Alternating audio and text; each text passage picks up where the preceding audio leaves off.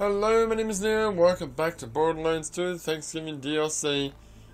We just finished listening to Grandma. She's about to tell us what's my favourite flavour of ice cream, and it's Rocky Road. Please don't fuck this up.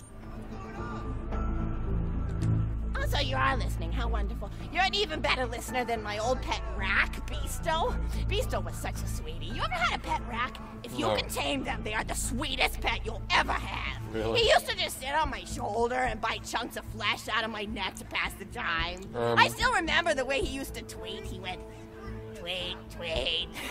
It was so cute. I had a conversation with him once. I said, Mr. Beasto. He liked being called Mr. Beasto. It made him feel like an aristocrat.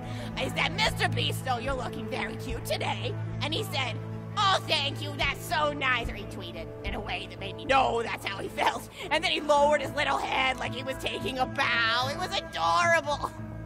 Beasto was my third pet rack. First I had Woody. He got hit by a train. Then I had Anita. She got shot up trying to take vengeance on the train that killed Woody. And then I found Beasto making little poops on the windmill outside our house. After Mr. Torg and I wrestled her to the ground, I did a flying pile driver off a nearby tower tree. Got him straight in the spine and brought him down. We brought him in and fed him some skag steaks until he decided he loved us. I still miss Beasto sometimes. He just died of old age. Rats don't live much longer than a few years, but I treasured the time we had together. Poor Mr. Torg. When Beasto died, he cried for a week. The kids made fun of him in school, but I told him not to pay them any mind. Being in touch with your emotions is not a character flaw! That's right, High Five. Is something wrong? You look confused, Vault Hunter. Oh, you probably haven't heard anyone call Mr. Torg High Five before. The world may know him as Mr. Torg, but the Flexingtons always refer to him using his middle name. It's a Flexington family tradition, after all, to use your grandfather or grandmother's name as your own middle name. And my husband, High Five Flexington, God rest his soul, was the best grandfather Mr. Torg could have asked for before he passed. He taught Mr. Torg dang near everything he knew about firearms. So Torg's not his last Without name. High Five's teachings, I don't think the Torg Corporation would exist at all. Gosh, I still remember the first gun Mr. Torg tried to make after his parents died. A Jacobs shotgun with a stick of dynamite attached to the barrel. Good job. Torg nearly blew his face off, but he got up, dusted his mustache off, and swore that by the time he reached the age of 11, he would make a gun that fired explosions without killing the operator. And by golly, he did. Come on. It took a couple of dozen prototypes before he got the right combination of gun parts and explosives right. But once he did, woo-wee! I'll never forget the plume of smoke that used to be my neighbor's homestead. They were jerks, though, so it's okay. Gosh, I've been talking your ear off for some time, haven't I? Yes, so you have. kind of you to listen for this long. I've taken up too much of your time already. Please don't feel like you have to stick around any longer. As a matter of fact, take this for giving this old woman some company. Is that money? Woo! $1? $1. $1. And here's a shiny dollar for you. After all, you can buy so much with $1 back in my day. You're even more attractive than Mr. Torg said you were. Oh yeah, I am. Wait, what? Wait, what? Grandma flexes the story rated difficulty. I've got another story for you, but I'd like to tell it to all of your friends at once. An old lady like me has to save her voice, you know. Okay. Wait. Let's talk to him. Remember that time we all played bunkers and badasses together? I will treasure that moment forever! Yeah, that game that we haven't played yet, because that's the 4th DLC. Yeah, I remember that. Thanks, Talk. Ruining continuity. Oh, you still want to talk with me? How incredibly sweet of you. Say, you'll never guess who I saw today. Captain Scarlet. Captain She was Scarlet? robbing my retirement home with a few other brigands. Didn't I kill and her? I recognized her from her wanted poster, and I said, "Oh, hey, you fought the Vault Hunter, didn't you?" And she bowed all elegantly and said something like, "Indeed I did, madam," and said that you were really good at fighting, Yeah. and that you beat her fair and square. Yeah. She didn't seem to harbor much of a grudge about it. Nice girl. You should think about meeting up with her again if you're not shacked up with anybody, you know? I mean, of course, you probably are. Gorgeous hunk of a Vault Hunter like you. I bet you're beating away suitors left and right. Look, you're blushing. Oh, I could just eat you up. Mr. Torg was so scared of trying to get a date for such a long time. He used to go to parties in high school and just stand in the I wonder back if they're going to be like a story for each of the DLC, which is going to... Introvert! I tried to tell him, I said, don't worry about It's going to kind of chasing spoil love. shit, but oh god. If you chase your dreams, then love will follow. See, that's the thing people don't get. You watch Echo films and they're just awful. They teach you that the only way to be with someone is just to pursue them over and over until they decide they like you. In reality, you know when you like someone almost immediately. You can't really convince somebody to fall in love with you. You just look like a stalker. But if you do things that you're interested in, like making guns that explode or killing mercenaries, then people will see that confidence and skill you have and they'll be attracted to it. Yeah. There's always a fine line between that kind of confidence and narcissism, you know? Yeah. There's nothing worse than somebody who wants to be famous. I remember when Mr. Torg first sold his weapons tech to that board of directors, he was pretty egocentric for a while. Taking pictures of himself and posting them to the EchoNet all the time. Trying to hobnob with every celebrity that used his weapons. He came back home one day with a supermodel under each arm, and I said, "Mr. Torg, what are you doing? You've lost sight of who you are. It's been weeks since you actually created a new gun," I said. And it was true. He'd been more obsessed with being well known for doing something great than with actually doing something great. It was a dark point in my life. Thankfully, High Five listened to me and got to work on what would eventually become the Kerblaster. You a fan of the Kerblaster? What's the That was always Kerblaster? my favorite. That and the Flacker, which I know a lot of people hate. But there's more to combat than just brute efficiency in this old lady's eyes. Style counts for something. And there's nothing quite like filling the air with tiny little explosions. It's like a fireworks show, except the deaths aren't as sad and unexpected. Actually, that reminds me, now that you're here, I wanted to throw some ideas at you for feedback. I'm a playwright in my spare time, and I'm trying to write a story about an up-and-coming tournament fighter who tries to find love in a gladiatorial arena. Sounds good. And I figure you've got a lot of experience, so your feedback could really be valuable. Sure, So the got play it. is called Broken Hearts and Broken Necks. Nice. Scene 1. Fade in on an Wait, are you serious? You're going to tell me the whole thing? Oh, here we go. Body parts litter the stage. A lone warrior stands in the middle of the stage. A spotlight illuminating her blood-stained armor. She stands, holding her sword triumphantly aloft. Wish those guys in the background would shut up.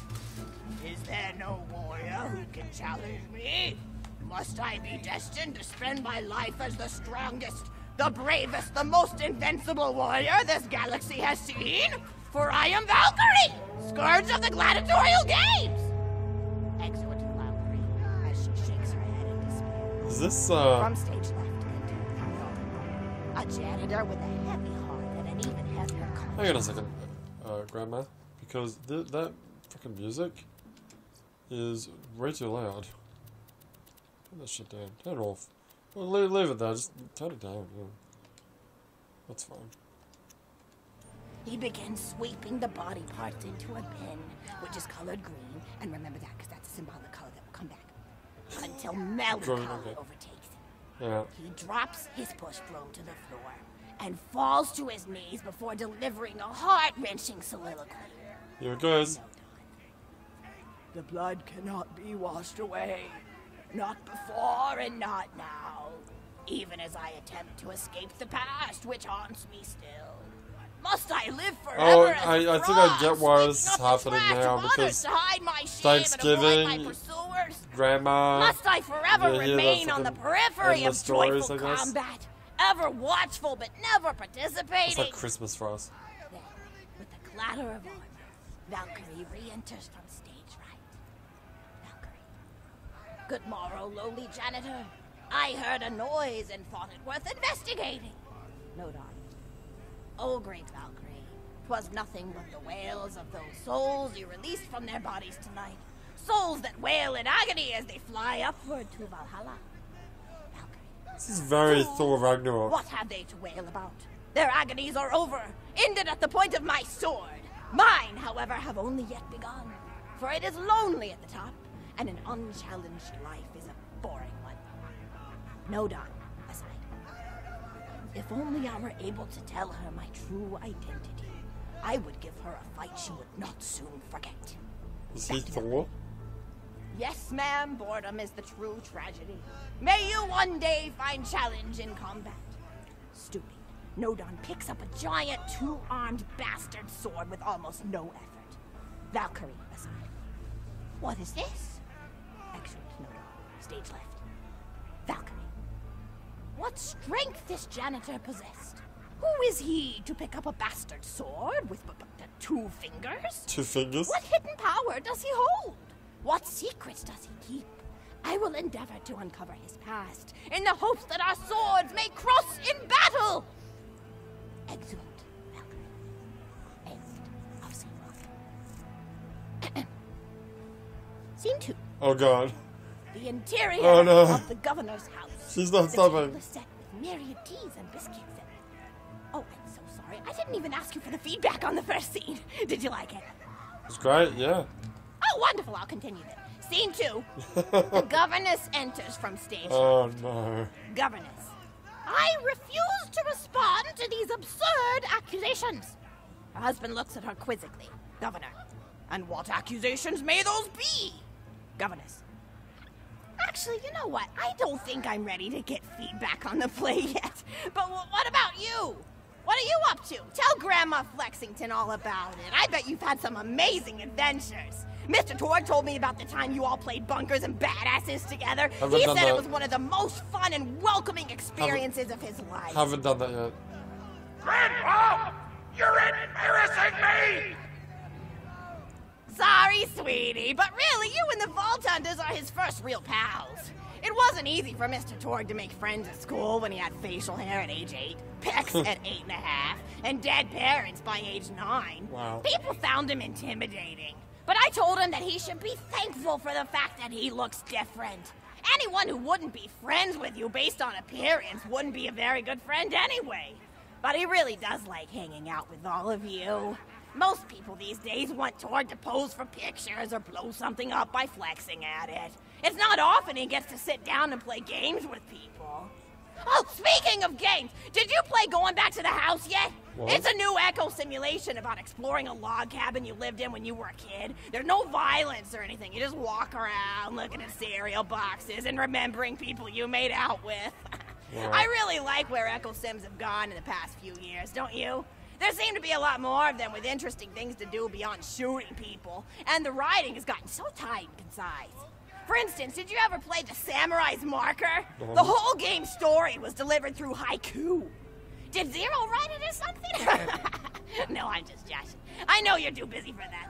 But oh yeah, I was playing at the end of the pointed gun last night on my Echo Sim player, and wow, is that funny.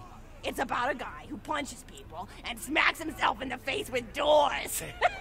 Easily one of the best punch-related comedy sims ever. But oh, I'm really looking forward to this game called Robot Hunter Assault Squadron, which is this big randomized survival game about throwing bottles at trees and accidentally scaring birds. In the demo version, I scared a bird so hard it died. 10 out of 10 in my book. But what kind of things do you do for fun? You play any sports? You look like you might be into some of the more extreme stuff, like spine hurdling or psycho head volleyball. Well, I knew an athlete a lot like you when I was younger. Her name was Nijo, and she was especially gifted at the giblet toss. Yeah. That's an old pastime we had back when I was younger. God, she just keeps going, doesn't she? She doesn't and then stop. See how far you could make their viscera fly across a big field. You got points based on distance and the size of the viscera. She won the final round of the Giblet Toss Championship by getting a left eyeball to cross the 300-meter mark. Wow. They said she was juicing with iridium, but I think they were just angry that she dethroned the reigning champ, misogynistic Jeff. People really liked him for some reason. Hey, what's your favorite food? Mine burgers, personally. People look at you like you're a pleb or something when you say you like burgers, but just think of all the things... Hold on, Grandma. Hold on, Grandma. When we come back, we're going to listen to some more of Grandma's stories.